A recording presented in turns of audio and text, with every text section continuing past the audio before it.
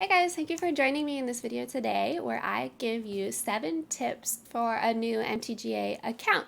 These are not necessarily tips for if you're just learning to play Magic the Gathering, but these are tips to help maximize your wildcards and your economy with a brand new MTGA account. You will find pretty quickly that rare wildcards are your limiting resource in crafting decks, so I have a few tips and tricks to deal with that, as well as some ways just to get gems for good value and stat track yourself and pick good decks for the meta. So my first tip is to buy the starter bundle for $4.99. This gives you more value than you would typically get from buying any bundles, so I absolutely think it is worth it.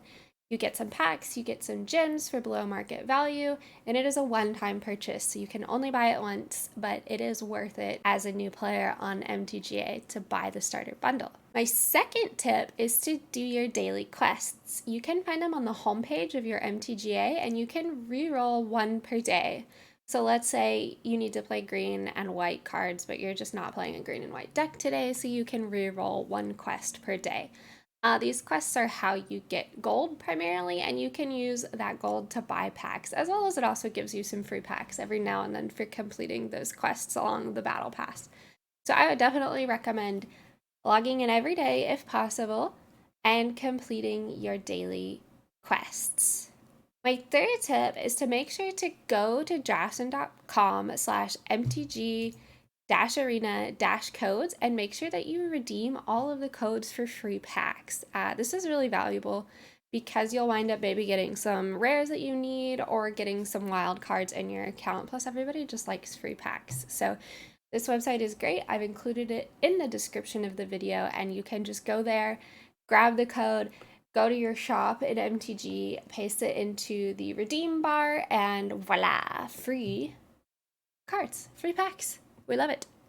My fourth tip for you guys is to go to probably one of my most visited websites of all time, which is mtgtop8.com, and use this for deck lists. So MTG Top 8 compiles all of the top 8 deck lists from both major and minor tournaments that have happened recently, and does metagame breakdowns as well. So I like to use this site because I'm a fairly competitive player, and it helps me get an idea of what decks are at the top of the format at the moment. There are other deck list sites. I like MTG Goldfish, I like MTGA Zone. There's great websites, but MTG Top 8 is consistent for me because I can find the decks that are top 8ing tournaments really, really easily.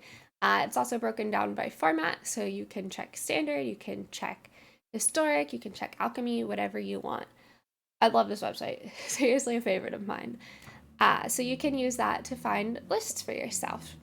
My next tip as a brand new player is to play a monocolored deck. This may not sound super appealing, but a lot of the wild cards that you're going to be spending are going to be on rare lands if you play a multicolored deck. There are a lot of rare lands in the format in dual colors and in tricolors, and I think that if you stick with a monocolored deck, you will save those valuable wild cards early on so that you can craft the whole deck. Fortunately, as in the previous tip, if you go on MTG Top 8, there are a lot of single colored decks that are relevant in most of the formats.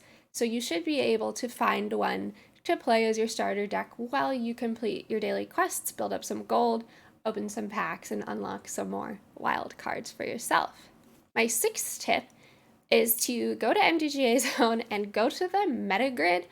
If you are interested in playing a tournament or you're a competitive player yourself, this is one of my favorite resources in order to see win rates against other decks in the meta. So this is if you're mostly going to be planning on entering a tournament and you really find that you need to prepare yourself to beat a certain deck. This gives you stats and breakdowns based on how your deck performs against every other common meta deck. I love data. This is really helpful for me to determine when I'm registering lists for events, and just sometimes if I'm playing on the ladder and I'm seeing a bunch of a certain type of deck and I need to find a way to counter it, this helps me determine what I need to be playing in order to beat that specific deck. My final tip is to get yourself a stat tracker. There are a lot of good ones. I like Arena Tutor. It just helps me make informed decisions about my decks. That way, when I change out a card, I can track my win rate both before and after the card change.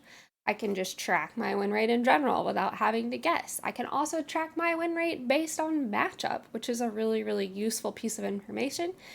If you intend to play in a competitive manner, I think that there's a lot of stat trackers out there that are viable, but definitely get yourself one so that you can make sure you're making informed decisions based on data, not just guessing your win rate or guessing if your deck is performing well, because when you're playing a lot, it's really easy to lose track of like how many wins and how many losses you've actually had.